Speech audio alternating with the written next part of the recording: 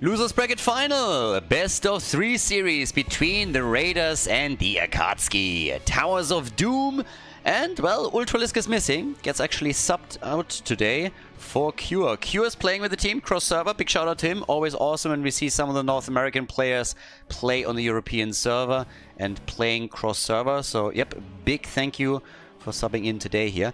Now, again, as usual, we have 18 heroes that are completely banned from the tournament, everybody. Every hero can only be played once within a series.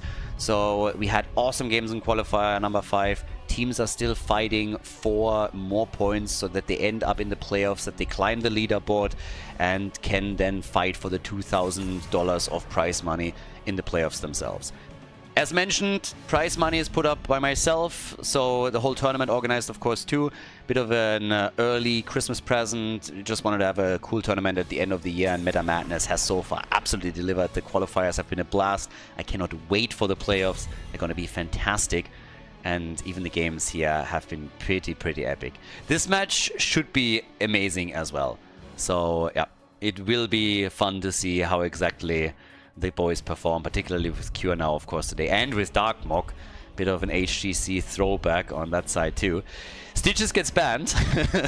Yeah, they know that Masquerade would love to go for Stitches. The one that is missing today is Ultralisk. Basically, Ultralisk decided that he would miss on the one tournament where he's Maiev, and every hero, with the exception of Carrigan, is basically already gone. I suppose he has Medivh too, so yeah. But it's fun. I kind of like that we have some subs coming in every now and then. It's particularly cool with Cure making an appearance again. Keep in mind, initially it was actually Skork and Ultralisk that played together with 3 Americans in the first qualifier, and then the NA boys just realized, hey, it's too much of a time commitment for us. We don't want to play with the ping disadvantage either, so they withdrew, and the Akatsuki were formed as a new team for Ultralisk and Skork. And Cure is now subbing in, so he's not completely out of the tournament. He's still there as a sub, but they don't have this initial team anymore. Ping Gapped was the team name from the first qualifier, in case that you already caught them there. Sven is getting targeted heavily with bans from the Akatsuki. They're banning the Vikings, they're also banning Samuro.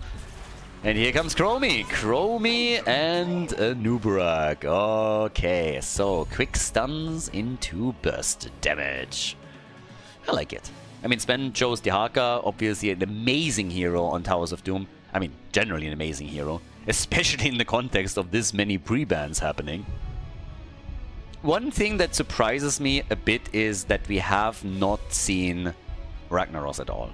Now, I don't expect him to be played on a first map, don't get me wrong. I don't really think he's better than Dehaka. I don't think he's better than any of the other side laners necessarily that we see in first games, maybe even second games. But since we had a lot of matches that went the distance and went to map number 3, I could have particularly on bigger maps seen Ragnaros being chosen. He's still one of the heroes that we're waiting for. There's a couple of heroes that haven't been played at all yet in any of the qualifiers. We haven't seen Ragnaros to my knowledge, at least on the games that I covered. We haven't seen Nova, we haven't seen the Butcher. I believe that Valera wasn't picked. Lots of other heroes made an appearance. Asmodan, Zagara, Murky, of course. We've seen... what was I thinking? Did I mention Gazlo? I'm not sure. But yeah, we've seen plenty. But there's still a few that I'm missing. At the latest, when we're heading into 5 mappers with the playoffs, I think we're going to see more of them. But it's something that I found interesting because he actually gets played sometimes. It doesn't happen a lot. Happens very rarely. But I would have expected that with this many heroes being pre-banned on a 3rd map, he becomes a bit of an alternative for some. Another hero that is surprising, like it picked very little, is Zarya. Zarya, of course, with Garrosh, an incredibly powerful combo, but ever since Garrosh was added to the pre-bans, Zarya has seen nearly no games. Like, nearly nothing. So now we have Uther, and we have Tychus, played by Cure, as it seems. Yeah, Cure not fighting himself on the side lane. It's actually kind of funny. They have so many potential side laners now on their side that it's Darkmok who's going to play that. And Darkmok is, of course, a big fan of going for Illidan. I don't think it's necessarily going to happen in game number 1, but if he gets a chance to play the hero in this series, he is going to use it. I can tell you that already. So, the final 2 picks coming in for the Raiders. They got a double global. Whitemane and Bambi. Lunara back to business. A lot of global macro control that they could try and leverage over the Akatsuki. Okay. Leaves us with the final pick. Again, as we're heading into Towers of Doom, the question still remains, who's going to be the side laner? What is Dartmoor going to choose against Dehaka? Could be Urel. She matches extremely well with Anubarak, so you can play Urel, Anubarak, also feeds well into Dehaka. But we get Illidan in game number 1. I thought he would be appearing later, but he already goes for it, just YOLO. Typical Dartmoor pick. Let's just go, YOLO. Illidan is in the house, everybody. Towers of Doom, first game, Akatsuki against the Raiders. The Akatsuki on the left of Towers of Doom in blue with Cure on Tychus, Skok on Chromie, Masquerade is playing in Uberak, we have Banana Age playing Uther, and Dartmok on Illidan. Feel the hatred of 10,000 Storm League games. I would be mad too. Raiders on the right side with Sven on Dehaka, Nano on Lunara, we have Hunter Org on Whitemane, Gia with Falstad straight for the birdie. Double global for the red team, and Johan is playing Mal'Ganis. Alright, good stuff. Let's go. On number 1, Unending Hatred. We have also the Hammer of the Lightbringer. Drop it, baby. And of course, Pity the Frail for Whitemane. Yeah, we're good to go. Let's see what Illidan can do in the potential late game here. If we're going to get the hunt again, or how they're going to play this. But super excited to see Dartmok and Illidan again. It's always a pleasure. It's always fun. We've seen a couple of really nice Illidan games already as is. But of course, the Raiders, they are also a force to be reckoned with. And they're already trying to prove it in some little fights and skirmishes down at the bottom. Mal'Ganis, though, kind of getting caught here, and Johan is in serious trouble. Dodges out on Chromie's damage, does a great job here, and seems to be able to get away, or not. No! Juke City! Oh my god. Okay. Yeah, and then Falster comes in and shows how it's not done.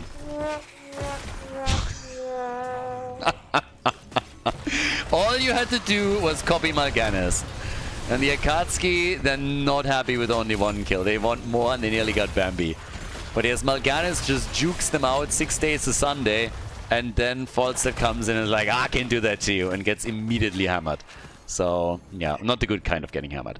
Dartmok rotating between the lanes now. We get a couple of stacks together for him. I mean, the more that he can dive between the lanes and just like finish those minions off, the better, of course, for him. Stacks it up. But down here, we already have an invade happening as the Raiders are trying to steal the opponent's camp. Ooh, Hunter Org a little bit low, my friend. He goes down, no support left. And I don't think they can get a counter kill here.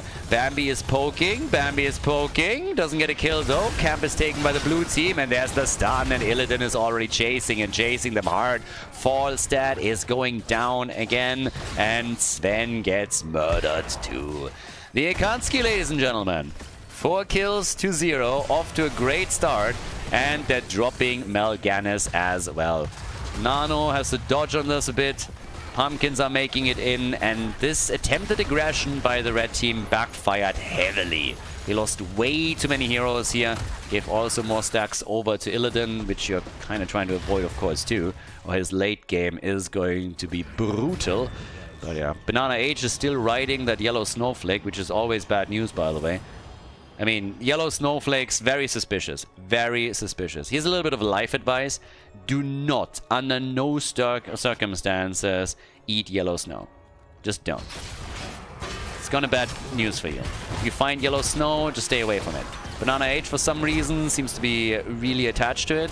But yep, stay away from it. It's winter time right now. You're gonna see it everywhere. Stay away from it. You can thank me later. Illidan with the channel. First altar phase is up. And they're they're getting really aggressive. They're again invading over on the other side, just going for a channel for the third one at the bottom of the map. So now we have 5 kills to 0. We have already an attempt to steal this by the blue team, and I don't think it's gonna happen. Not against Chromie. I mean, she can fire away from over here easily and interrupt over and over again, so eventually that altar is gonna get taken by the blue team. And Gia, careful, my friend. Not raid into Chromie damage. Gotta be very, very careful there. So yeah, Dartmok with the channel, sitting at 10 stacks already. That's pretty good this early in the game. And yeah, there's some poke happening down at the bot lane too. Blue team is trying to invade and steal a camp away. They're doing a great job. I mean, they're honestly dominating a lot of this now. Seems like they're at least able to catch Illidan. But no, Darkmook is fine. Darkmook is fine, and now the fight turns against them again. Illidan finally gets called out and killed, so he's down. That's the first kill also for the Raiders. I mean, at least they get one. It would have been a bit of a problem if they just keep dying here and don't even get a single kill, but this is a good sign, so at least they're fighting back.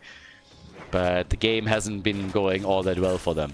Nano hopping around and actually, yeah, taking Nomi down a notch or two. So yeah, job well done. With that, we now have all the way up at the top. Darkmook already going back in and starting to do his thing on lane. So the game is like normalizing again. It's actually just getting a little bit more quiet now. We had a lot of action happening, especially at the bottom half. Invades, I guess, as I say, they just continue. I was about to say that Illidan can now rotate between the lanes again and just do his thing, trying to stack this up. But yes, the invade is happening once more. The game is definitely not calming down. But the Akatsuki decide that this time they're just going to fall back. They don't take the fight. And instead, yeah, we're just seeing that little play happening all the way up at the top. Down to the bot lane, though. Yep, hits keep coming. And so far, so good. 5 kills to 1, slight lead in experience. Pumpkins connected. Illidan at 13 stacks now. His late game is the one that can be really dangerous. But even now, he's of course already a bit of a pest. But it's really when he can just leech onto a target at every fight over an altar, go for Bambi, go for Falstead, for example. And the more single target damage he does, the better. So yeah, with all that sustain. You need to know how to properly engage and disengage with him, but Darkmook has been playing this hero ever since release, so he's going to be fine. But the Raiders are fighting back, and despite the advantage in kills, we're not seeing a massive gap in experience or anything. So Chromie is already going for the slowing sands here again. Illidan is a little bit low. Late game is where he usually reigns supreme. For now, he's still trying to complete his level 1 quest. They're working on Johan, but with Darkmook being rather low, he needs to be super careful here. Oh, and yeah, Illidan didn't see that coming, did he now? So, down he goes. And Falster gets another kill, but they get the counter against Mal'Ganis. Nice. 6 kills to 2, and the blue team is going to be the first one to hit level 10. I'm actually, if anything, surprised that the Raiders are still sticking around and trying to interrupt for more, because level 10 this could trigger another big attack by them. Pumpkin's moving in here, Tehaga's appearing, and yeah, they fell back, gave up the altar, so now another advantage for the Akatsuki. We have, in the meantime, also with heroic abilities, Slowing Sands, Cocoon is in, we got Divine Shield, and it is the Hunt. Awesome. Yep, so that's pretty sweet. A lot of aggression just in picks alone that we're seeing from Akatsuki. And for the other team, for the opponents, we now have Dark Conversion in, we get Isolation, Leaping Strike, and the battle just continues. I mean, they're never really stopping. Nice timeout from Chromie. She would have been dead if not for that. Divine Shield on Cure, good reaction from Uther. I like it, but they're all very, very low here as they're trying to chase them away. And Nano in particular is just eating them alive. 24,000 damage by Lunara so far. Masquerade also a bit low, might be able to get away if he gets his cooldowns. Yep, he's on the run. And I think he's gonna make it. Or not. False. Yeah, okay, or not. They really wanted him there at the end. Falstead coming in too, and they're just cutting off all the retreat paths. So now all of a sudden we got 6 kills to 3, and the red team definitely starting to catch up. Illidan has not completed his level 1 yet, but he's getting closer. He's at 17 stacks now. And a double altar phase. They keep sealing this camp. They're basically coming in saying, this camp is ours, not yours. So, by now, Scarlet Aegis is in. Leaping Strike, we saw that a few times already in action. Haven't really seen a lot of hunt plays yet, but this could come into play right here now. Illidan, again, he still wants to have a few additional stacks. He's already coming in, but maybe getting baited. Darkmook is trying to escape here and is able to move out, but they're making it very difficult for him to properly stack. And now each team is apparently able to lock in an altar. Actually, not even sure about that yet. They got the one at the bottom of the map, so it would be a trade.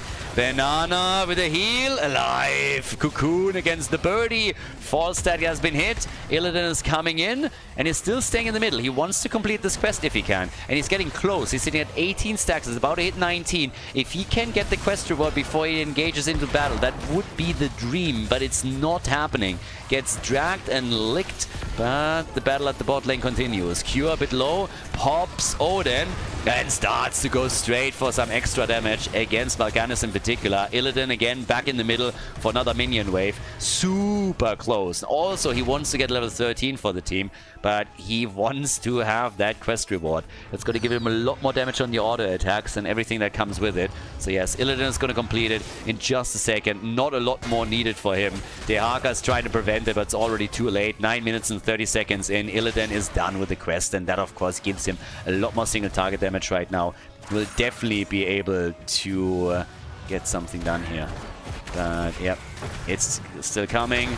All of a sudden, Illidan moving in. They get the kill on Uther, but Falstad is dead too. 6 stands for Illidan, and he's already starting to chase them down. Cocoon, they're switching over to Lunara. Darkmook. Ooh, he went into deep. He has no support. He has nothing here. He needs help. And he might even get it. How is he getting out? Uther is not even here. Gets a few more hits in to try and sustain himself, but he can't. Mal'Ganis has fallen at the same time. I'm not quite sure if Darkmook got the memo that Uther is out and can't give him a Divine Shield anytime soon, or a heal for that matter. But now it's just a bloodbath. 13 to 13 on talents. Kills 8 to 5. Yep, we're going all over the place with this. Falstad flying back in, but the ult has been channeled, and now the core is down to 20 points. And for one of the first times, we're actually seeing this camp claimed by the blue team. So yeah, nicely done. Okay, so with that, what we're now getting is at the bottom of the map, Lunara still pushing this out. And yeah, I mean, again, at the top, Dehaka. They have 2 globals. I mean, again, we're kind of forgetting about this a little bit, but at the end of the day, they're running 2 globals here. And this, of course, is going to help them with control of the macro game as all of this continues. And we'll see if then later in the game they can use that to maybe take down a bell tower or 2. And yeah, could be happening. So time will tell. But either way, at this point, it just seems like it is an endless battle. It seems like it's going to, honestly, an endless fight between the two. Illidan hunting in for the birdie!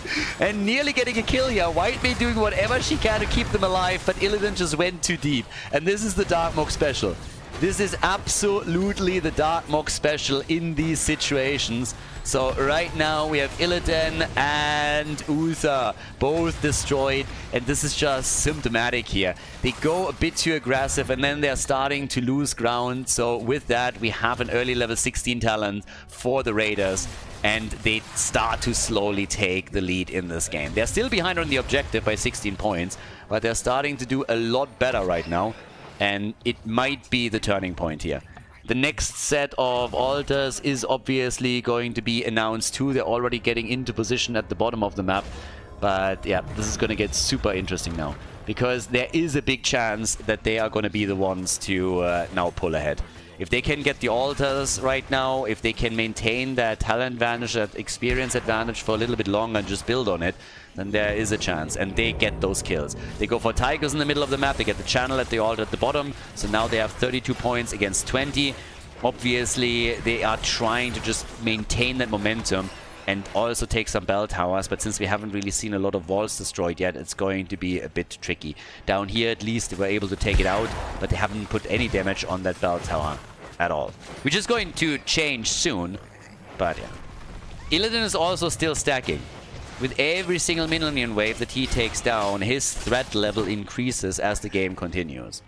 And later on, if Uther is able to, for example, reserve that Divine Shield for Illidan, he could become an absolute powerhouse. Him sitting at that 50 extra damage on his auto attack is problematic. If you can, of course, lock him down with a Dehaka Tonga with isolation, it's going to get a bit easier. But generally speaking, the best tool against Illidan is not a blind or anything like that. It's always a stun. You try and keep him from auto attacking.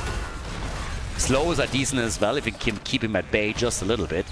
So we'll see. But with Odin being popped by Cure for a camp, they are at least gonna grab this one. So Be it as it may, there is a lead in experience, and a pretty significant one at that for the Raiders. The dive onto the camp is also too low, but Cocoon has been used previously, and there's the Gust by Gia. Good move. Illidan could hunt in. Yeah, and does. Hunts in immediately and has to jump out. Has to jump out right away. Was targeted way too quickly, and now they have to tap the fountain. They just can't take these fights right now. The next altar phase is a triple altar phase on the other hand, so some premier damage for course that is up. Yeah, they dodged the Tong, and now Illidan knows that he has a little bit of a window that he can use. And he's immediately going down here for Whitemane. They're trying to take the heal out. Whitemane is gone. Illidan, oh, where's that heal? And he's taking them down. Down go Whitemane, Dehaka, and Mal'Ganis. Falstad is already at the top channeling, but they're gonna get 2 out of the 3. And Illidan is on his way. Actually, am I lying here? Did Falstad get 2? I think Falstad already channeled the top left, didn't he? Did they sneak that in? I missed that. So 24 points now to 16, but with the kills that we just saw, at least they were able to go for a bell tower conversion. So they got quite a bit there. And of course, Illidan, again, he might not excel in terms of hero damage, but that's also because there's a lot of AoE that comes out of heroes like Tychus and Chromie. But when it comes to single target damage and the threat level that he poses, Illidan is starting to become a force to be reckoned with here.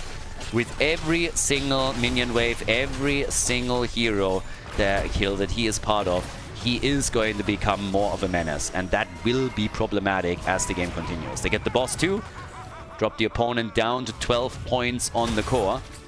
And right now, 57 stacks on Illidan's level 1. Oh, but look at that damage on Chromie. No chance, baby. She's dead. Chromie is dead. They absolutely collapsed on her, and she didn't stand a prayer. Illidan now with 59 stacks. Yeah, again, he's at 60 now. So he is getting a lot of basic attack damage in these situations. That's a lot of added damage that comes in from him. And once that they are forcing these fights, that will become more of a problem. Gia is trying to get away here. Illidan is already on the way. Uther has to Divine Shield himself. And look how quickly Falstad nearly dies to Illidan. He nearly died there, but now Darkmock is isolated. Now he's isolated, now he gets killed. He's not quite there yet. He's not quite there at the threshold. But you could see how quickly he just chunked Falstad down and nearly got the kill. So it's a bit of a problem that they're not at the threshold where he can really reign supreme yet. The bell tower conversion has happened, 5-3. But yeah, with level 20 for the Raiders, that's of course a huge concern. Scarlet Crusade is in. Blue team is trying... Oh, they lose Uther. But at least they kill Mal'Ganis. Cocoon is out as well. Uther can still provide a couple of heals. Does exactly that. Another interrupt over there. Chromie is doing the same. They're preventing them from channeling. And this is starting to become a real problem also for the Raiders. They've been hoping to get that additional altar. And it just doesn't seem that they can channel it through. Now we got the Trader King. We got Redemption. Everybody's picking their level 20s up. The Haka is moving in. He's moving in deep. They're getting attacked immediately. Kyo is there to fight and gets killed. Tychus is gone, and they gotta retreat. They're falling apart a bit. The Raiders, they want to go for victory, and they're farming Chromie now too. In they go for Masquerade, and he barely survives. Illidan is back to business now, has gone into the Nexus Blades. Even more damage for him, and he will likely try to retake the bell tower. But the shots are fired, and now with the additional 5 that connect with the core, they're down to 14 points. 12-14. It's getting super close right now. And Darkmock is too deep. Darkmock is too deep, and he needs to get out quickly. And Masquerade, he dove in. Masquerade dove in for this and is now getting a Divine Shield. Oh, and Illidan, no! They need to coordinate this a little bit better. They really need to. Blue team is falling apart here. I mean, they're still ahead, but they are falling a little bit apart. Now, with Nexus Blades, the slow, the extra stacks that he's currently getting, Illidan is getting more and more dangerous, of course. 66 stacks for him now. But if heroes are getting caught on the map, then this is a problem. And that's happening. Cocoon is out, they're all retreating, they're trying to just gather up as 5, which they really have to do. And they're fighting at the top again. They need to win team fights, and they know it as well.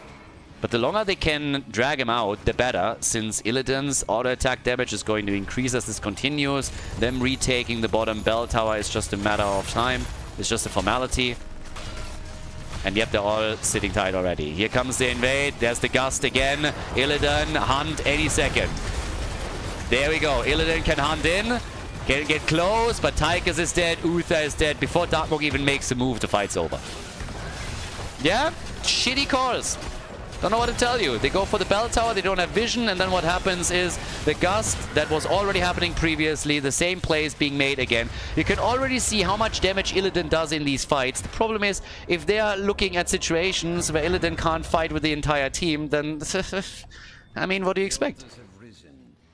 That gust play from the side has happened twice now. They can't fall for it. And with a double channel, the game's over. 2 channels is all that you need. If we have the double channel here, the game's over. Illidan hunts in, goes for false set right away. They saw it coming from a mile away, of course. Divine Shield is out, and look how quickly he gets the birdie. Imagine this being a 5-man. But it's always the numbers a disadvantage. They're always playing with 1 hero less because they make bad choices beforehand, and now they're losing the game because of it. Nicely done by the Raiders. They're capitalizing on all the mistakes. Big B steps happening too.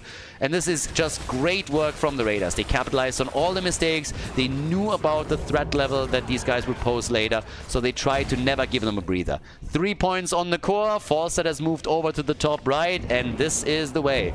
The Raiders with victory in game number 1. Nicely done. The Akatsuki lose Towers of Doom. GG. Well played. Before we head into game number 2, make sure that you subscribe to the channel if you haven't done it yet so you don't miss out on any future content here on Khaldor TV. Tomb of the Spider Queen. Game number 2. Well, the Raiders did it. They turned the game around. A little bit the mistake of the Akatsuki too, always fighting with numbers disadvantage as it seemed. So yeah, right now the Raiders, they just exploited all of those weaknesses on the Akatsuki side ruthlessly and locked in the W on the first map. Now a chance, of course, to make this a 2-0. So we'll see what they can do here. If they can win Tomb of the Spider Queen, they picked the map. First pick, first ban goes over to the Akatsuki. And now they're banning Mephisto right away. Targeting Nano, of course. But he could always pick Kel'Thas as well. He's been playing a lot of Kel'Thas already, and Kel'Thas is another hero that you can pick easily for Tomb of the Spider Queen. Stitches gets banned again. They know what Masquerade would play. I mean, it's not really that difficult to puzzle it out now. Masquerade has been playing Stitches nearly exclusively on Tomb of the Spider Queen and Towers of Doom. So, yeah, he loves to play that hero, always throws people for a bit of a curveball too when those hooks are coming out of nowhere. And that's definitely a very solid choice for a ban. Now, what else are the Akatsuki targeting, though? They have to, of course, now win 2 in a row if they want to make it to the grand final. Rhaegar, okay. Rhaegar gets banned. That's actually an interesting ban. I didn't necessarily see that one coming.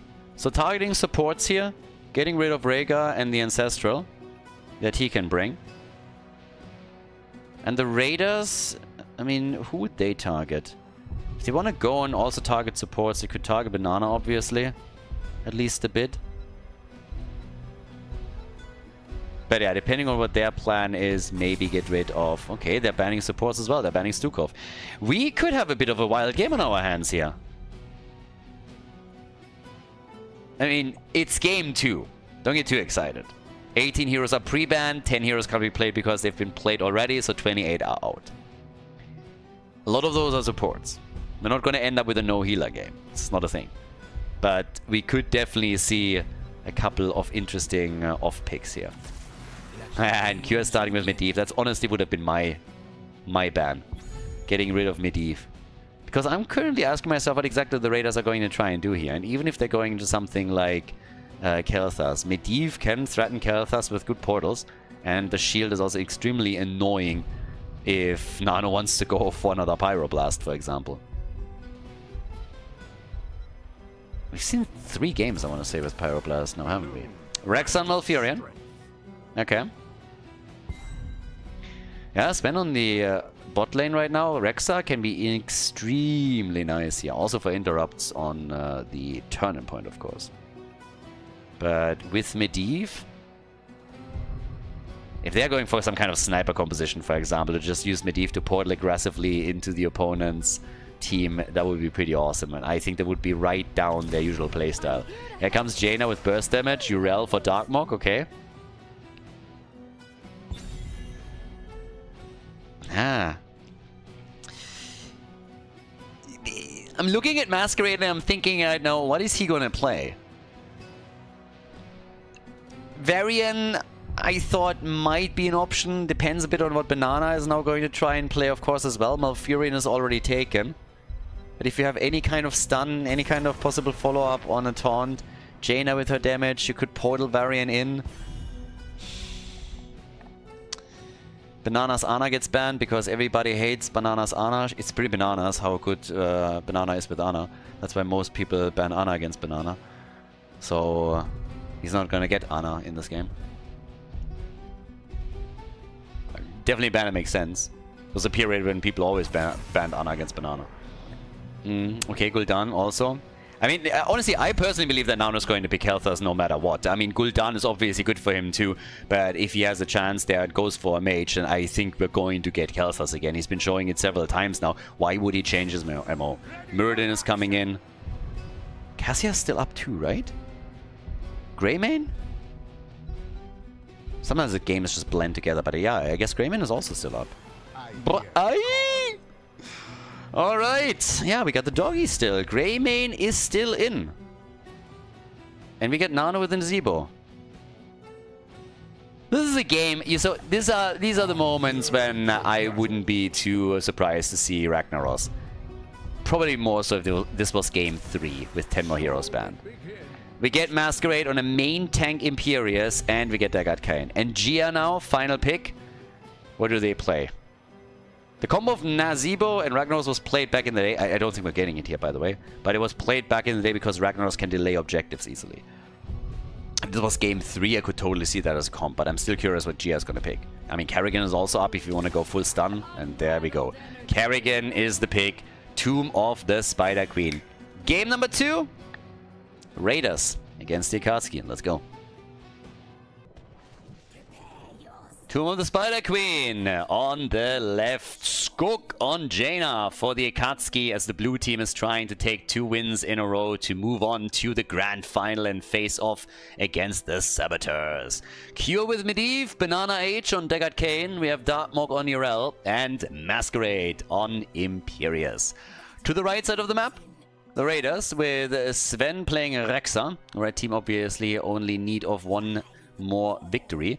This is match point number 1 for them. We have Hunterhawk and Malfurion. We get Nano on Zebra. Johan playing Muradin and Gia on Kerrigan. Toad build for Nazebo. Super powerful for just lane pushing and just generally going ham with the hero. So we'll see on what exactly is going to happen there. If he is able to complete... I mean, he is able to complete his baseline stacks. There's just no question about it. If you're playing on Tomb of the Spider Queen and you're halfway talented and a Zebo player, you're going to rotate between mid and top 6 days to Sunday, and you're going to end up with an amazing amount of baseline stacks. That's just the thing. So there's no way, if this game goes to 20, that he's not going to be able to reach the Wild Infection threshold way before that. Question is simply, how are they going to end up there? A, do they get to level 20? That's question number 1. B, are they going to be in a position where they can still come back? Because traditionally, when you're playing Nazebo, you're normally not the team that dominates the early game, but then again, you have Kerrigan here, and it's already a kill on Darkmok that we are starting the game off with. So that's them at least off to a good start. But yes, Nazebo is going to be an absolute monster in the end game. That's definitely a thing. So, yeah. Down at the bottom of the map already, they're going for the camp, but the blue team is actually willing to invade. Oh, that is bad news. No, not like this. Gia, no. Gia might be able to get out of this, but yes, they lose the Siege Giants. That was really bad news. Misha was just delaying it as long as she could, but holy hell. Nano's already rotating, and of course, the blue team is trying to slow down his stacking process as best as they can. In this case, it's with Urel. Bot lane was a bit unfortunate for the Raiders. The initial engage was actually pretty good, but yeah, the choke point control that we had there from Jaina and from Deckard Cain was way too much for them to handle. They just walked into that Blizzard perfectly. Couldn't have done any better by Jaina. It was so well done. So now we have level 4 talents kicking in. Yep, they're already starting to get aggressive here and doing a fantastic start. And here, again, a couple of stuns are coming out. Portals are obviously a huge pain. Cure is the one that has to shut Karrigan down as best as he can. And he is going to try and do exactly that with every single play that they're making here. Put that portal out, get also those shields. And in the meantime, Nano gets wrecked by Deckard Cain. Just adding insult to injury. Not only do you die, but you get killed by Deckard Cain. I should call him Deckard Pain at this point. Pain trainer's coming, baby! So yeah. Good damage. This is exactly what you're afraid of when you're playing in a Zevo comp, that you're getting crushed in the early game. And so far they've done just an exceptional job there. They lost initially Darkmock, but ever since then they've stolen the Siege Giants away down at the bottom of the map. Now they're breaking through the mid lane. The entire wall and gate already taken down. Yeah, that's big. Cure providing some really nice action for the team. Skog, of course, with his Jaina play down at the bottom of the map that we just highlighted a bit earlier. And Nazeebo is at least getting the stacks. He's sitting at 41 already on his baseline. So this is going to get good for him no matter what. But it's about the rest of the team and what they can really pull off here. Of course, we also have, in addition to that, a fair amount of gems that has been turned in by the blue team. They're now in a position where they can nearly get their first Webweaver wave. 44 have been secured. And with the camp now claimed over here. I mean, they can bring this back here and try and do their thing. But it is looking pretty alright in the early stages for the Akatsuki. That's going to be a turn-in, and they have level 7. So a talent advantage already. They have to prevent Darkmock from turning in for now, but of course the rest of the team is also starting to pick up gems. Being threatened back in the middle. And just look at Cure, for example. He's at 33 stacks. I don't think they're going to be able to take him down before he is able to complete the baseline quest. And here come the blue Webweavers. I mean, the good news is that at least the level 7 talent for the Raiders is going to be in hand, so they have the chance to fight back on the same talent here, so that is great. Mirrodin gets attacked again. Nano with a bit of damage. Karrigan is looking for a potential play, but hasn't gotten that yet. Okay, Webweavers in. Good at least for them to have the defense set up with the mercenary camp here, so in the middle of the map that makes up to an extent for the wall that they don't have anymore. Jaina is currently pushing at the top, and that's where they are very likely going to get the most damage. Down to the bottom of the map, I suppose. Rexa is going to be good enough, but yeah, here they have to defend as best as they can. And that fort is taking damage, and those portals are coming out. Zombie wall is immediately in, so Nano is trying the best portal control that he can muster. There's also Malfurion with a good route that they can set in here. But they're still fighting. Blue team is still fighting, and this fort might even fall. So, yep, well done. Fort is low, and fort is gonna be saved. Down to the bottom of the map. Ah, Urel dying. 15 gems by Darkmock lost. They lose a fort. No, not even lost. Don't tell me, quest complete, time to feed. Yep, Urel is dead, the fort has fallen, and Cure falls. No, it doesn't, Rexa falls. Cure might still fall too. Hunterhawk is low, Cure is actually alive, and Hunterhawk is about to go down. Trying to play around the portals a little bit and can't. So yeah, that was big. That was actually huge. It was way better for them than I expected. They have level 10 abilities right now. We get a Polymorph, or Polybomb for Medivh. Medivh completing the quest would have allowed him to die there, but he didn't even. So now 2 forts have been destroyed, and it's a 1 level gap, 1.5 level gap. That's a total disaster here for the Raiders. I mean, an absolute disaster. Doesn't get much worse than that. Your opponent has taken 2 forts out with the first push. Your wall in the middle is gone. Your fort has taken damage as well. Camps get claimed. Your gems are lost. Yeah. Good luck. Good luck bringing this back. That is nasty. I honestly have no idea how they are planning on bringing this back now, but I can tell you that this is an absolute disastrous position for them to be in. And yeah, hits keep coming. We now have Skog, Banana H claiming another camp. Push already happening over there in the middle, straight in for the fort. And I think this last one is now going to get destroyed too. They're going to have level 10 in a moment, so maybe they can still fight back here. But if they make a stand, it has to be here. Haymaker, they're trying to go for some Playmaker moves. 100 stacks already for Nazeebo. Again, in the late game, he's going to become an absolute monster. That's a given. They go for the stuns, but can they take him down? And the answer is yes! But what does it cost them? Everything. Hopefully not. But they might lose Sven. Sven and Johan are both low, and Jaina is dead, but I guess they're going to get at least Urel out of it. Obviously, Darkmok, as usual, he just went face. It's the only direction that Darkmok knows, and he is extremely good at it. But it also ends up quite often with him being in a position from which he cannot recover. 5 kills to 5, still more than half level behind. But there's the chance to turn in for them now. And of course, Nazeebo can stack more and try and get some kills in. Yeah, 15 gems are going to be delivered, and then Gia is going to take care of the rest. Portal is already there, quick root on the ground. Masquerade staying a little bit too long here. Yeah, he's trying again. They don't have a talent advantage. He needs to be a bit careful on how he positions himself, because yes, he has Medivh behind him, but Medivh has also cooldowns. So yes, that's an easy kill. That's an easy kill, and that's a problem. Now they lose their tank. Medivh is also going to die. Q has no chance of escape here in my eyes, and yep, he falls. They get Carrigan, but the gems should be recoverable. They're moving in already. Big ult, but look at that damage from Nazeebo. Jaina's gonna die, Deckard is gonna die, everybody's gonna die. This is like full Oprah. You're gonna die, you're gonna die, everybody's gonna die. So, yep. Everybody is about to drop. Darkmok still trying to interrupt. I mean, pretty ballsy play, Rel. Pretty ballsy here. Jumping out, okay, but that Stormbolt... Nah, okay. Johan misses the Stormbolt. They're still trying to prevent them from turning in. Level 13 talent are ready for one team, but both are going to get it in a moment. And that turn-in is still an absolute possibility. But boy, oh boy. That they prevented it for this long is actually pretty impressive. But in experience, they're now dead even. And it's 9 kills to 6. So it all started with Masquerade just diving in way too deep. But to give them credit, they might have lost a shit ton of gems. They might have given the opponent an in back into the game. But they also prevented the turn-in. They actually prevented it, and they're not stopping with the aggression. They're not. They're just continuing here. 5 versus 5.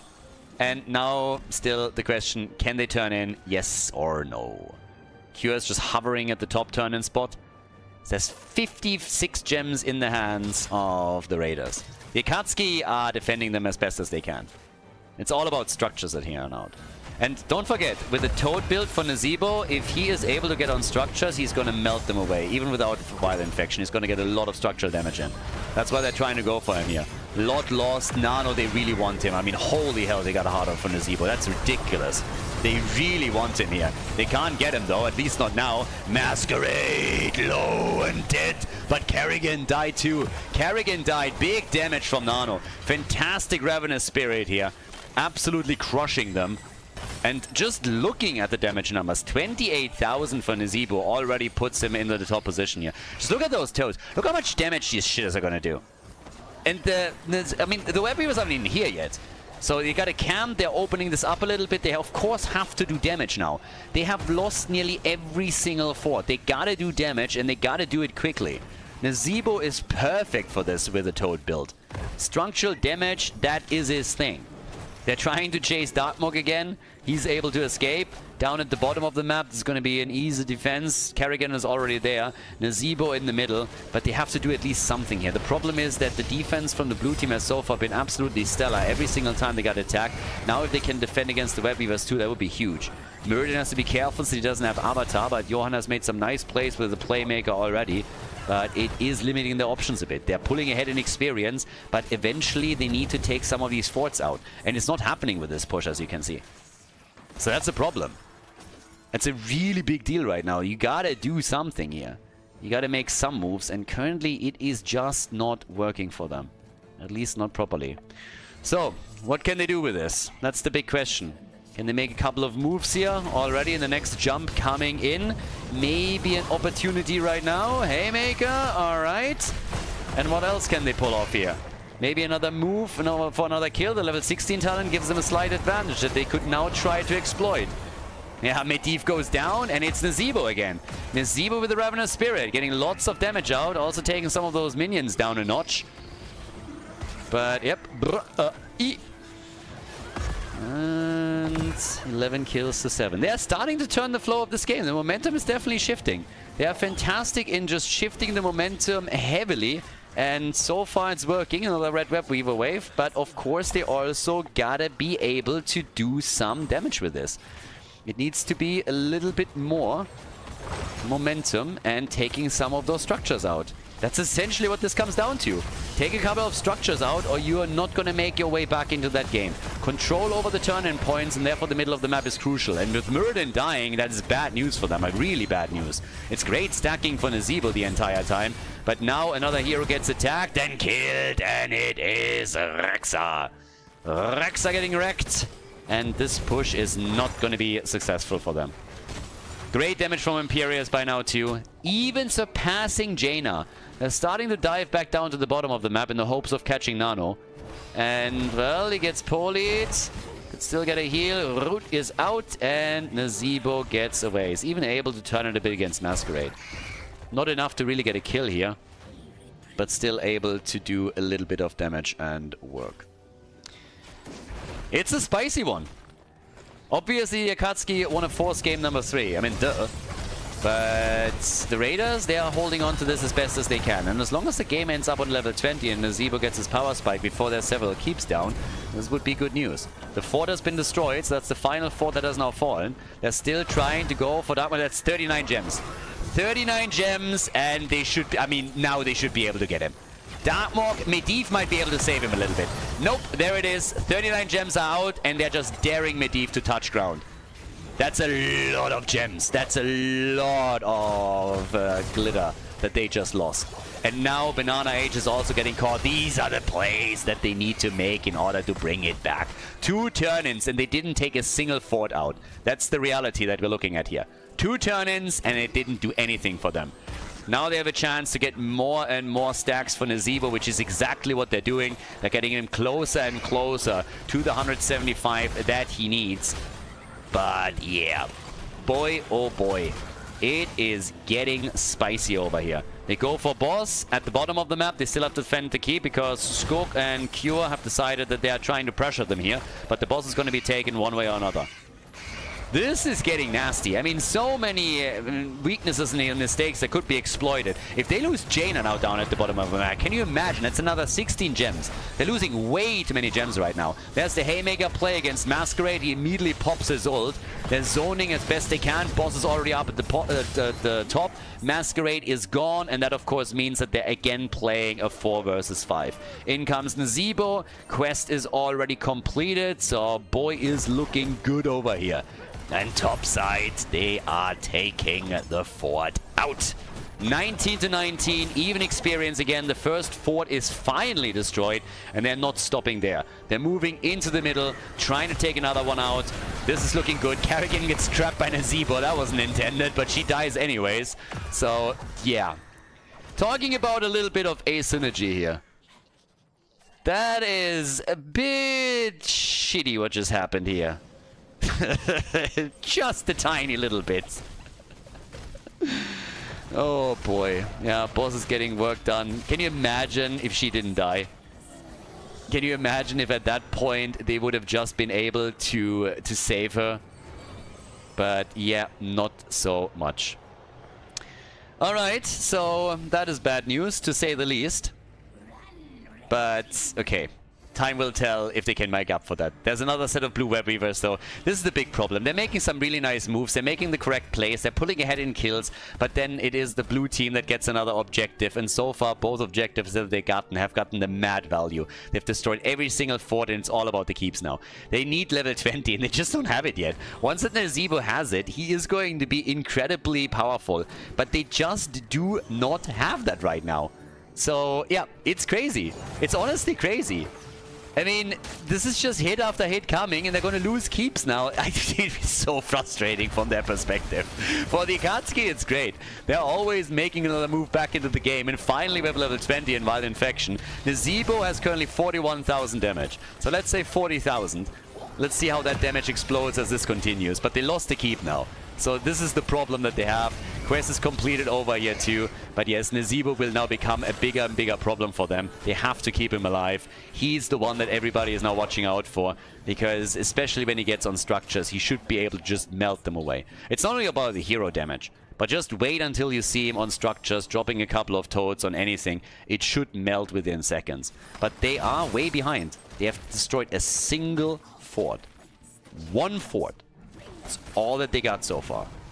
And that is just simply not enough. Yep, simply isn't. So now, once again, attacks slowly happening. Everybody prodding, poking, seeing if they can make something happen. But we'll see when it actually comes to that. Because right now, we don't have a lot of that going on. So, yeah. I mean, either way. We'll see what they can pull off. But it's tough now. For the Akatsuki as well. I mean, they know how dangerous this is. One good CC from Kerrigan. Maybe even Rexa with kill command. Some Haymaker plays with a double charge now. And Nezebo following it up on it could destroy them. And yeah, it's tough. Also, in order to really unleash Nezebo and his potential, they need to get him onto some of these forts and keeps first.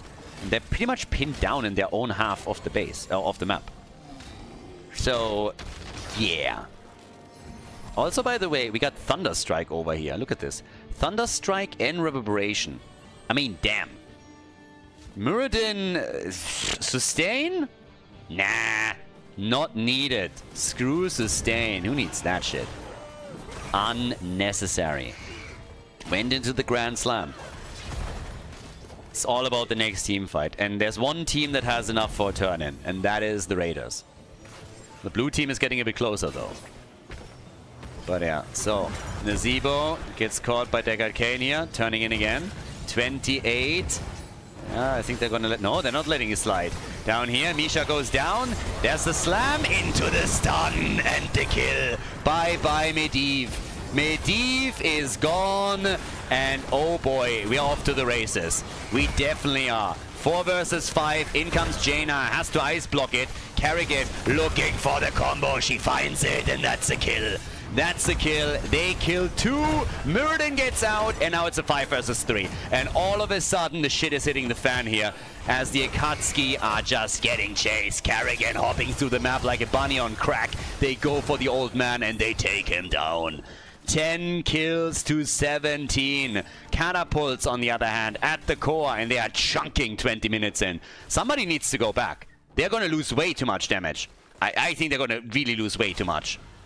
They go for boss as well, I assume. 53%, or sorry, 53,000 for Nezebo. And sacrificing 30% on your core? Oof, alright. Masquerade is inting. What else is new?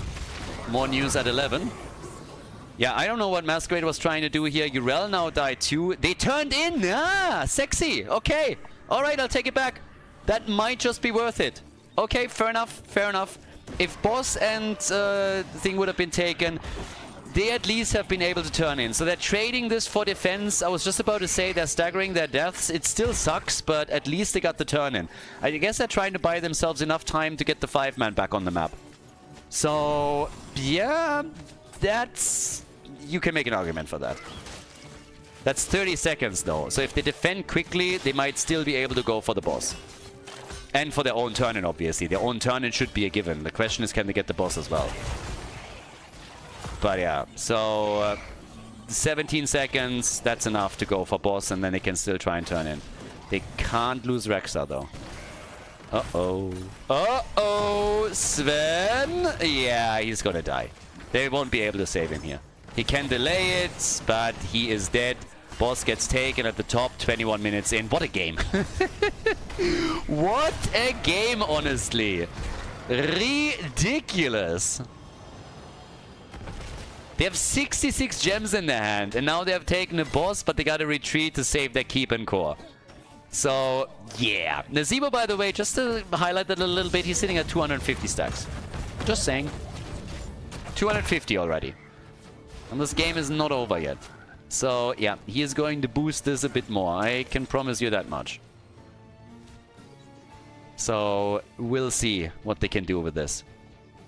But yeah. Either way, there's another stun coming in. They're already connecting that. Good for them.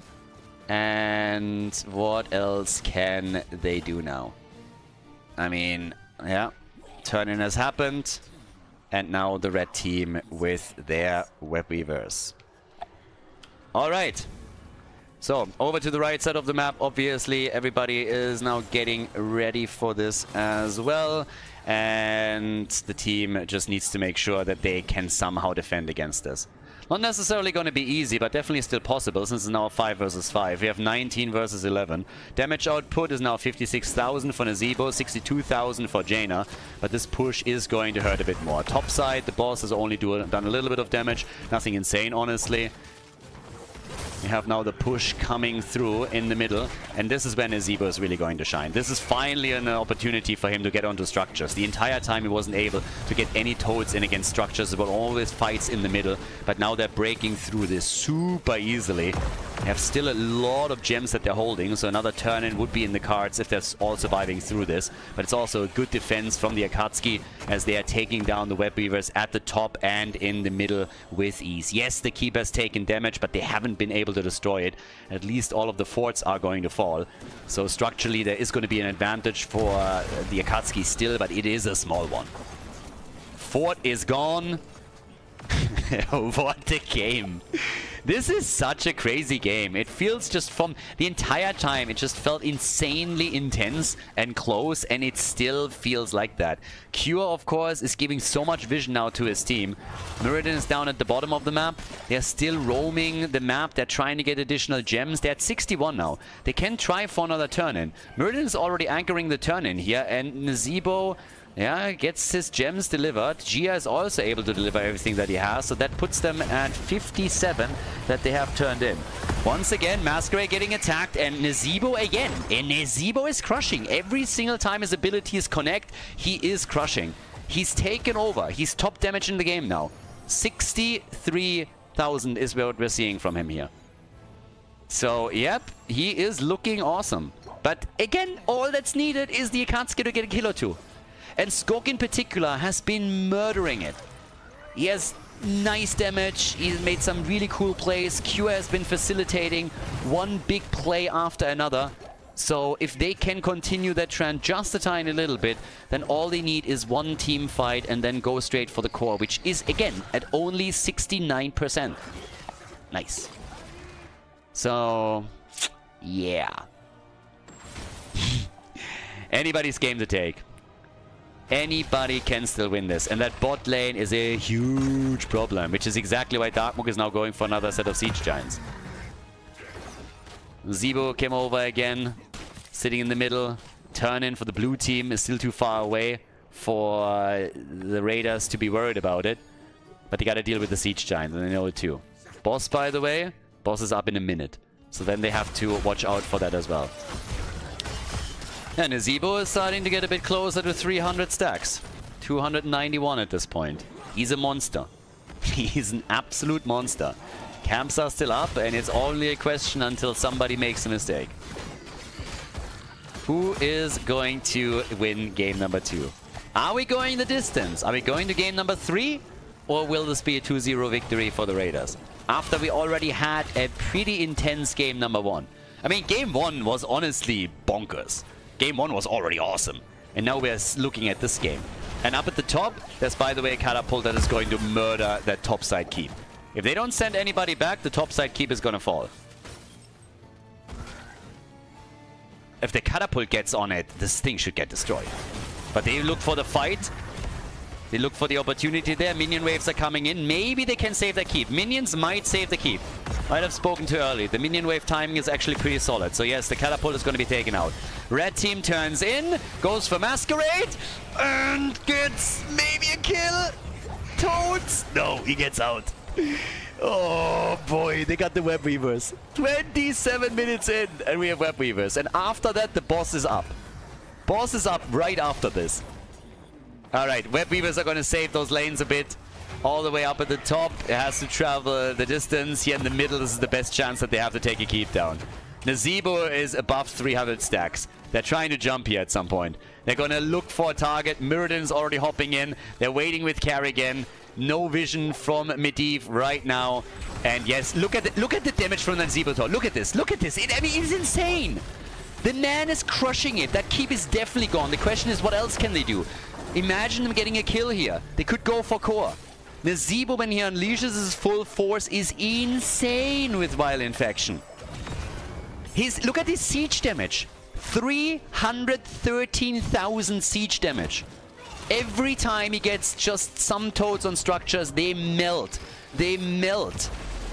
And here we go again, like hot butter through cheese. Gone. Double keep. Now they have the lead in structures. They've just taken the structure lead. Holy cow. And boss is up. If one of the teams can go for boss, woof. Bottom of the map is the only keep that the Akatsuki are still holding. It's crazy. It's absolutely crazy. Oh boy. There we go. Stormbolt. Nah. Didn't happen.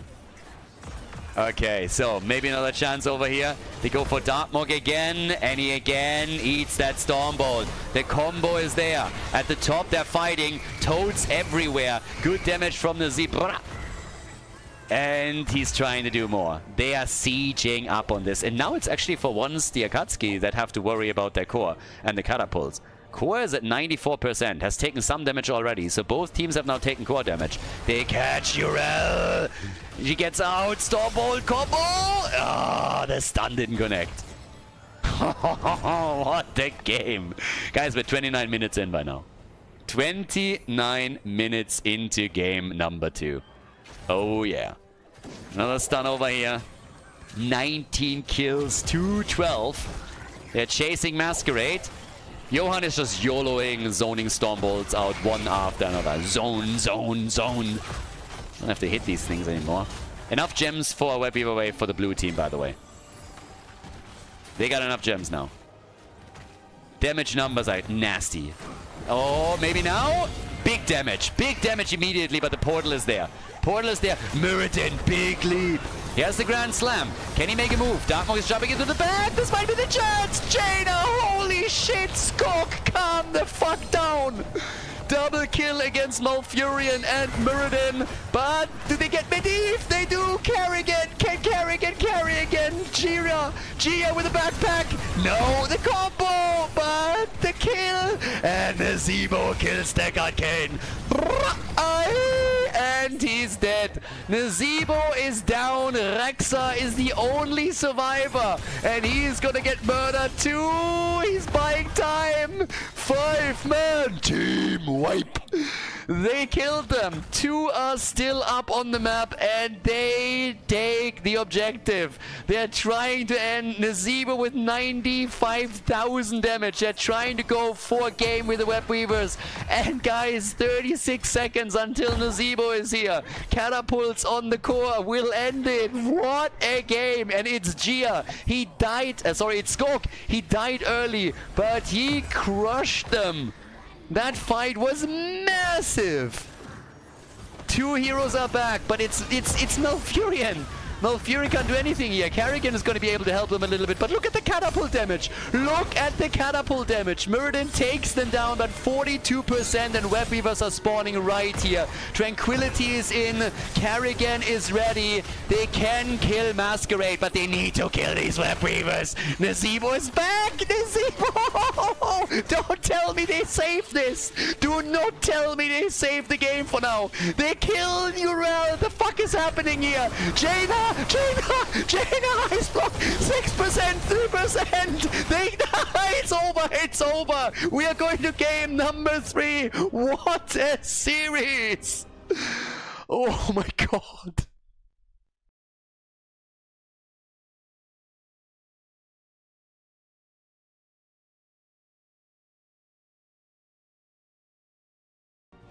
Insane games, honestly. Insane games. Cursed Hollow is our final map. And that last fight, Skog on Jaina just crushing them. If he doesn't get those 2 initial kills just before he himself was killed, that would have been very likely the end for them. But instead, the blue team is victorious. For just a moment, it seemed like they would not get the core destroyed. Jaina getting portaled in was the saving grace. If Jaina doesn't get portaled in there and has to walk, for example, the core survives with 3%. Nazebo crosses the map and ends everything. But like that, it is, yeah, just crazy that we're getting to the final map right now. Cursed Hollow is our map. The Raiders going up against the Akatsuki again. The winner moves on to the grand final to face off against the Saboteurs. And yeah, it's gonna be an epic battle. Varian gets banned, so he's out first. Obviously, now that we are in game number 3, that means that 38 heroes are unavailable. 20 were played, 18 are permabanned. And yeah, that pool starts to thin out quickly. Since this is Cursed Hollow, I kind of expect that Tyrael is going to be taken. There's obviously already a lot of pressure on just generally tanks, but Tyrael would be a really nice option. I would be shocked to see Sven's Samuro make it through. Vikings have been banned immediately, but there's absolutely no way that with the first pick, first ban, the Akatsuki are going to allow Samuro. I just don't think that's going to be a thing. So, yeah. Expect that ban. What are the Raiders banning out, though? Raiders are getting rid of Sonya. Okay. So, no Sonya for Cure, I guess. Well, Darkmok. Darkmok has been playing most of the side laners. And hey, they're waiting, actually. Maybe it's not Samuro. Maybe they think they can play around that a little bit. Okay. Potential...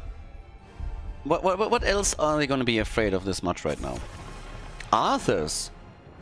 Johan has been playing a fair amount of Arthurs, so if you feel that you're pressuring the opponent's main tank pool enough with that pick or that ban, fair enough.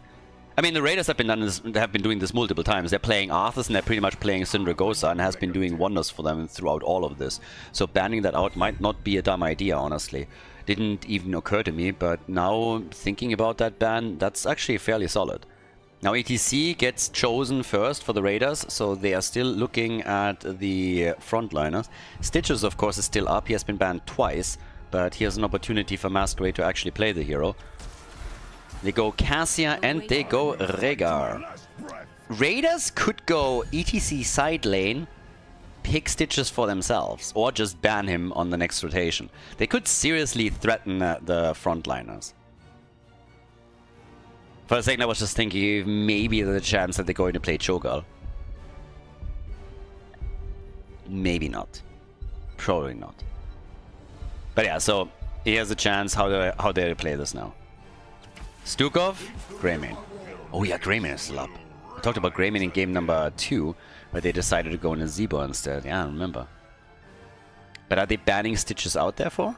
Or are they simply okay with Stitches being played on this map? Which would honestly surprise me a little bit. But there's... Tyrael, of course. Yeah. Tyrael is also another problem. I could totally see still the Raiders picking Tyrael later, moving ETC in the side laner role, and then using Sanctification plus Greymane to try and dominate fights, particularly around the boss. I expect the Tyrael, honestly, as an earlier pick. Now Samuro gets banned. Yeah, I mean, that was kind of obvious. If you don't ban him in the number 2 position, you will definitely get rid of him on the final ban, if you get a chance to do that. So, that's to the surprise of no one, Samuro gets targeted.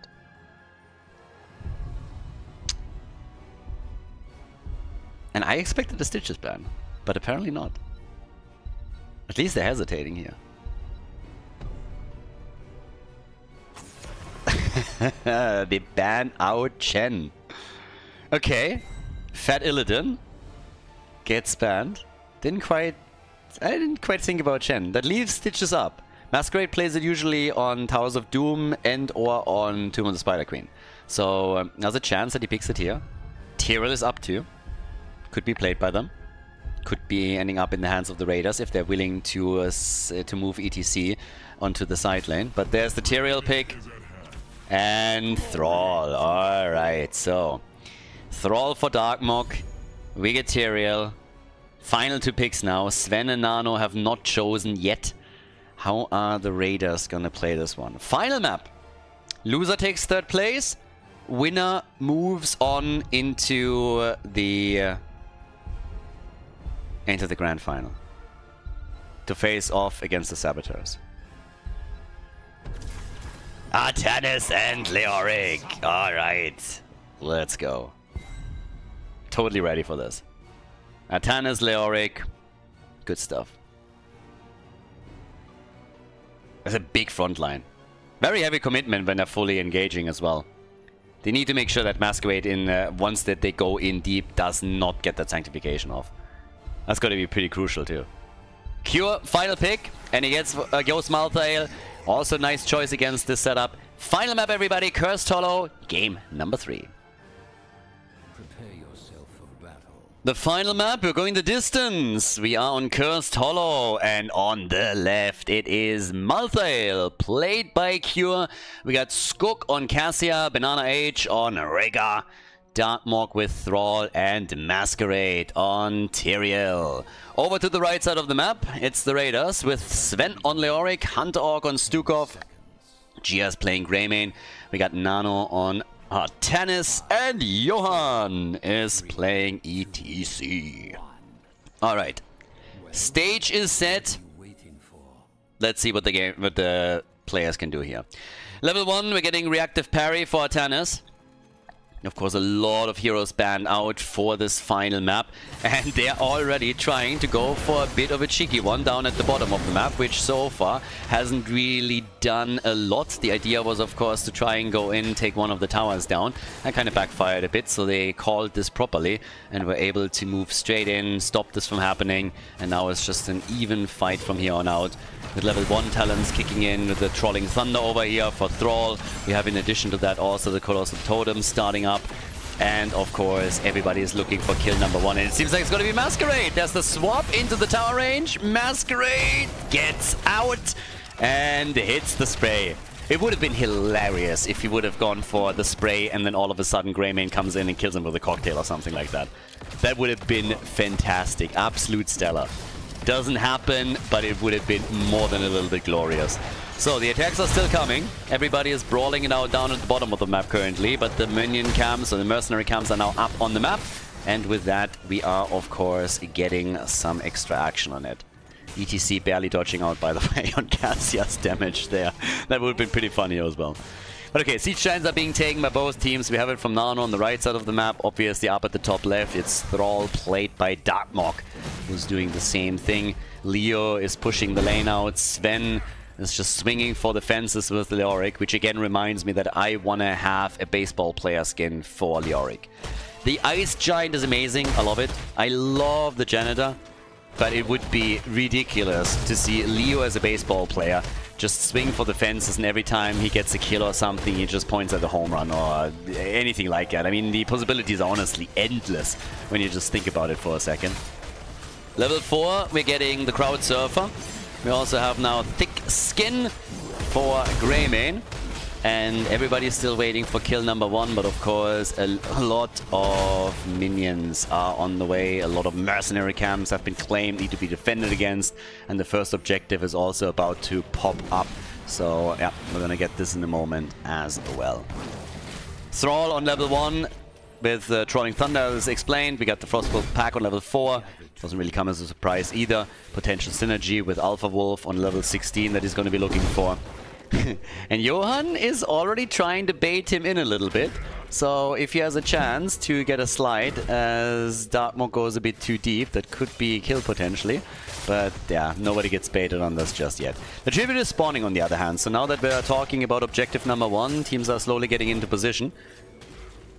Money picks galore over here. But yeah, Gia is not making a move just yet. Is obviously perfectly aware where everybody is. Yeah, easy damage, and that allows them to go for the channel. Nice! Masquerade is a moment too late. Darkmork was hoping to interrupt with the chain lightning.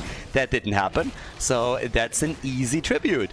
No big fight, no kills happening, no death or anything, and instead what we're getting is a quick and easy tribute for the team. So, yep, Job well done. Pretty cool move here. But in the middle of the map, some towers have now taken damage and they're trying to go for even more here. So what can they pull off? They try to go for Gia and they get him. Greymane is dead. First kill in this third map of the best of 3. Not quite the first kill in the best of 3. We've seen a lot of those already. Huge amount of kills, to tell you the truth. So yeah. With level 7, got the Ancestral Wrath. It's pretty standard, obviously. We now have the second tribute spawning in a very good position also for the Raiders, so there's a good chance that they're gonna get the 2-0 lead in tributes, at least initially. Down at the bottom of the map, a little bit more work being done here on the wall, so they're starting to take down another tower. Nano is coming in, but he's a little bit too late to the party to really stop it from happening. You can still screw with them to an extent, but that tower falls regardless. So quest is completed. Thrall dies. That's actually kind of, I mean, kind of lucky for Darkmog in the sense that if he would have just died a second earlier, that quest would not have been completed. And the longer you take to get this done, the more of a problem it becomes as the game continues. So Darkmog on the one hand dying kind of sucks. On the other hand, still being able to complete the quest before is solid. Now, we have bosses on the map now. 5-minute mark has passed.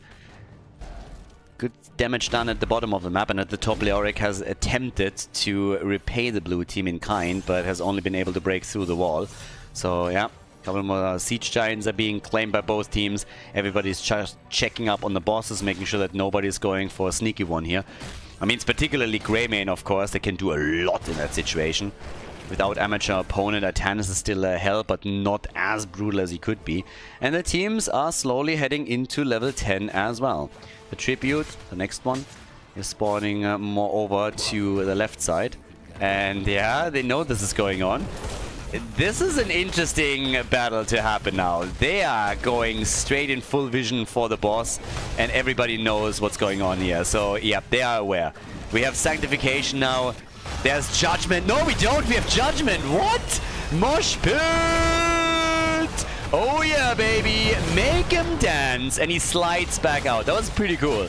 Sliding off in the first place and baiting Tyrael over, and then having the cooldown back ready after the mosh pit to just simply retreat there. That was pretty sweet. So, with that, we now all of a sudden have a tribute on the map. We have two heroes, a little bit low here. Darkmog with a lot more self-sustain than Artanis, and he's using it to his advantage.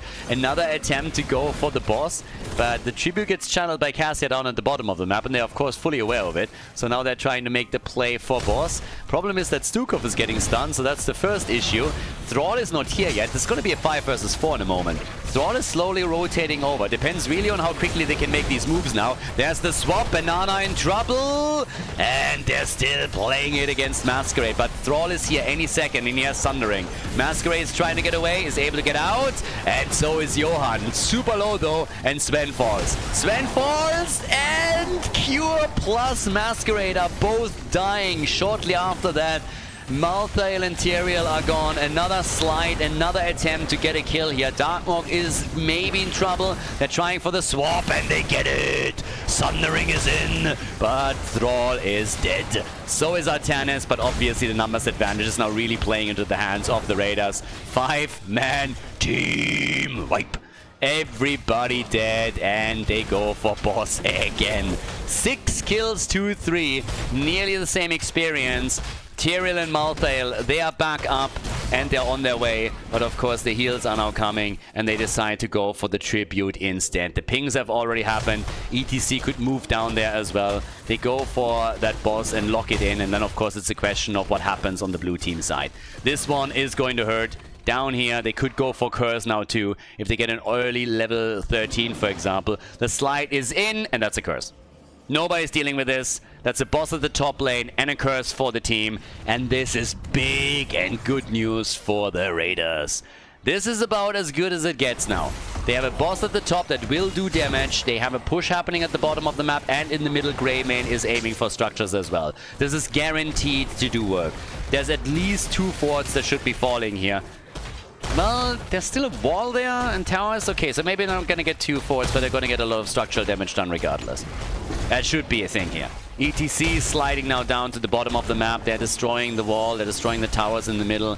The fort at the top has obviously fallen. Level 13 talents now on both sides. Johan is moving back in. The battle at the bottom of the map is still raging on. Malthael going up against Artanis here. And so far it seems that Artanis is winning that.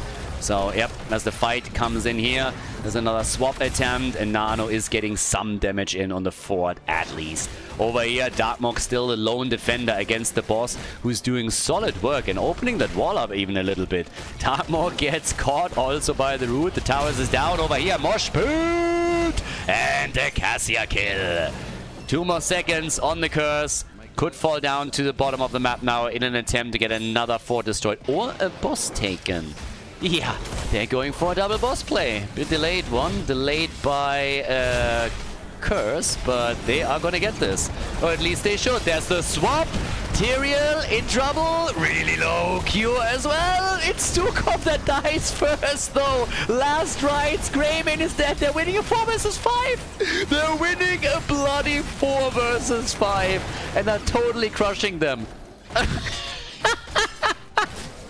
No freaking way! I mean, what the hell? They take Stukov down in the back and a 4 versus 5 victory for the Akatsuki is enabling them to claim the boss, and now all of a sudden they have a lead.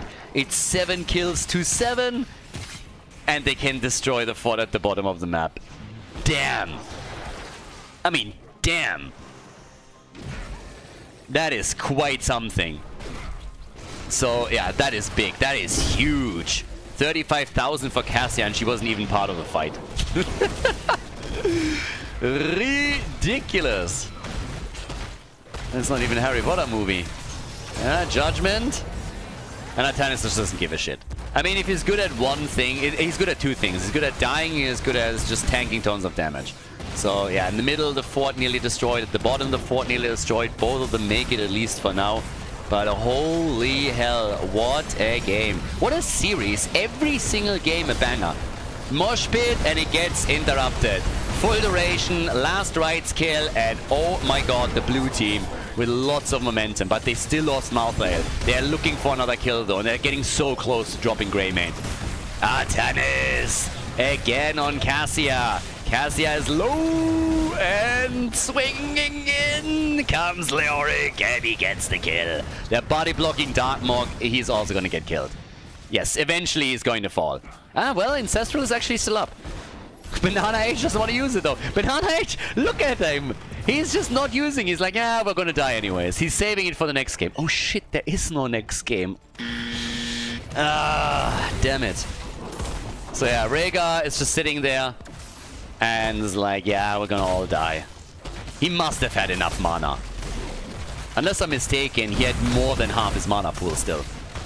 But yeah, either way. So the fort at the bottom gets... It's just an endless back and forth, guys. An endless back and forth now. I mean, move after move. Fort in the mid lane has been destroyed. The one at the bottom that was attacked by the boss earlier, that one has been taken apart. The situation has, of course, been swapped again. We have 11 kills to 8. The leading experience has again gone over to the Raiders. Boss is up in 30 seconds, just saying. So we could see some more action around bosses. We could just continue where they left off earlier. But what a series. It's getting wild. It's getting absolutely wild. So off we go. Another camp is about to be claimed. They take it. Painted the map more or less red. Yeah, with a couple of exceptions. It's an even split, honestly. I'm just lying. At this point, I'm just lying to you. But yeah, they go again for another kill. Can't quite get it. Slap, slap by Stukov as he comes in. And Tomb is out. Judgment is in. Suppression pulse. And Stukov is gone. Cassia with big damage. Nano is low. And another kill. They swap the game again. The game flips again. Johan is just sliding out of every fight, by the way. The way that he's been using terrain throughout all of this is absolutely incredible. He's been doing this time and time again, always with huge success. They get the triplet down at the bottom of the map, or at least it seems like what's going to happen. When it comes to damage numbers, Artanis is actually top damage for them with a 41,000. We have Cassia on 49k. Over here, they're going for the channel. Masquerade, even using the mosh pit just so they get the tribute. Sacrificing the cooldown, just saying, okay, we need that thing. We need that tribute. We don't want them to get closer to a curse. We don't want that to happen. They're still positioning themselves down at the bottom of the map. The boss at the top is going for the fort. Still has to go through one, which is of course the good news. I mean, yes, you're going to lose the fort, but at least it's not going to march for your keep. 19:19 in a moment. But boy, oh boy, what a game. What a match. So yeah, forts are getting destroyed all over the place. After this one is getting murdered, there will be only one fort on the map, and that is in the mid lane for the blue team. Everything else is gone. We're 14 minutes in and nearly level 20. 21 kills now. And 3 stacks on last rites, which means a 15-second cooldown reduction. This is a curse tribute. If they win this one, they can do tons of damage. Just imagine them getting a second curse. If they get the second curse here, whew, they have 40 seconds for ETC's cooldown. That's a bit of a problem. Yeah, already going for an interrupt. Alright. And they're getting zoned away from this. There's no fountain that they can fall back to anymore.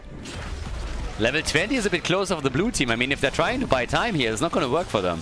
It's going to work for the blue team on the other hand. They get Storm Talons. Greymane is now sitting in the middle of the map and trying to take a couple of these minion waves out, but that is not going to be enough. Not by a long shot. There's also one boss up.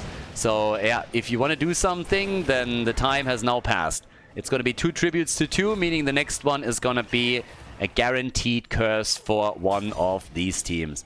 It's going to be happening 100%. Judgment gets upgraded. We got the Angel of Justice, Farsia's Blessing.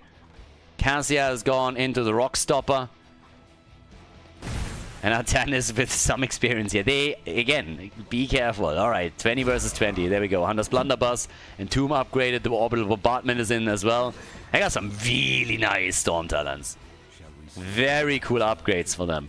But it's all about positioning now. If Stuka, for example, dies again first, and they have no sustain in these fights, and this is going to be... It was a huge problem in previous battles already. ETC double checks the boss, just making sure that nobody goes in for it, and now that they have the tribute at the top, they know exactly what they can do here. So yes, off we go. Sven, if he lands a murder in Tomb, he could make a big play here. Masquerade is also checking the boss. Everybody is just trying to get some vision. And the tribute, there's only Thrall up here. They're going to get cursed. They allow the curse. But they gotta trade for something. You can't just simply give that up for nothing. What? They want the fight, alright. Cure, he gets cured of life. And they're gonna go for Cassia. There's the judgment! Yeah, and there's again the party time. Party, baby! And bye-bye, Cassia. Cassia is gone. Malthael is, of course, back to business. No one can stop death, baby. But they can stop Malthael. Another big swap. Nano with mad value from Artanis. Me likey. They go for Cassia, Rhaegar, and Malthael is dead again. It's another triple kill. It's brutal. Oh, Dark Maw. If not for the level 20, would have died there for sure. So how do you play this now? Your keeps are under attack. You obliterated your opponent. You have 5 kills ahead. But how do you do this? Do you go for boss? Do you defend? If so, how do you defend? What do you defend? So they're coming in, swinging. Sven has safeguarded at least the keep in the middle. Now he's going towards the top and has to try and do the same thing there. It's going to be a bit more complicated because there's catapults there as well. Curse is nearly over. Boss is about to be taken. Leo is still fine. So, yep, this is looking good. And the boss is now going to march down to the bottom of the map. They're trying to steal just every single camp away that they can, apply more lane pressure, and take it from there. They haven't lost the keep yet, but they have also not gained a whole lot. Well, they survived through the curse. They survived through the curse, and they stole the opponent's camps away. They can maybe now even pressure at the bottom of the map. Leoric still has to rotate. That top keep in particular is insanely low. But with Malthael down for another 16 seconds, the Raiders know that they have a 4 versus 4 at the bot lane that they can exploit just a little bit longer. And yeah, they let this one still sit. Top side has been defended. They want to go for more, apparently. They are thinking about going for game. We're 18 minutes in. Leoric is making his move over to join up with the rest of the team.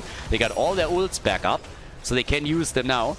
One orbital could be used to just save the boss a bit longer. Keep is definitely going to fall. Can he get the Entomb? Sven is looking for it. Zones away the opponent. They get the keep and they retreat. All that they got to do here. Yeah, Masquerades. He can't go too deep. The problem is still Leoric. Leoric with Buried Alive can very quickly become your demise. 50,000 damage for Artanis. 50k for him now.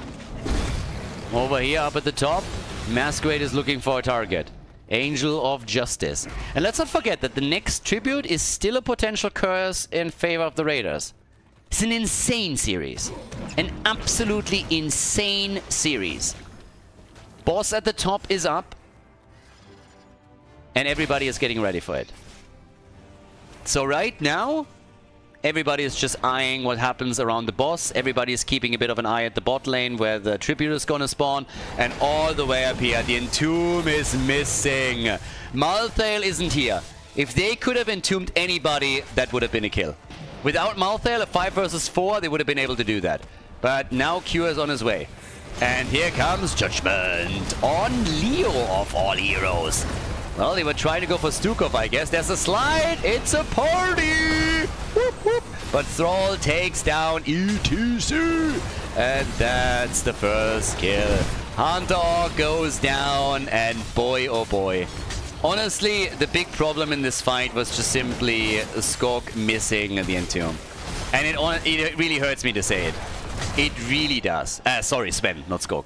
Sven missed the Entomb, and if he connects it, they probably get a kill. Now they lost 2 heroes.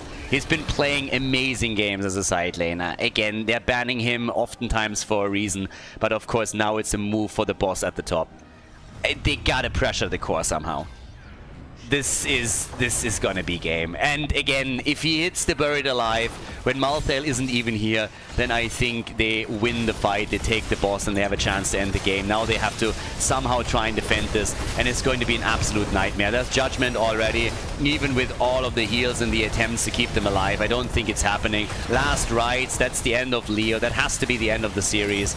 It is the Akatsuki. The Akatsuki, they're winning it. Even with Rhaegar gone, the boss is too strong, just simply too strong. 13 kills to 16. Big, big plays. The blue team victorious as they move on to the grand final and now face off against the Saboteurs. GG, well played, and what a damn good series. Absolutely amazing.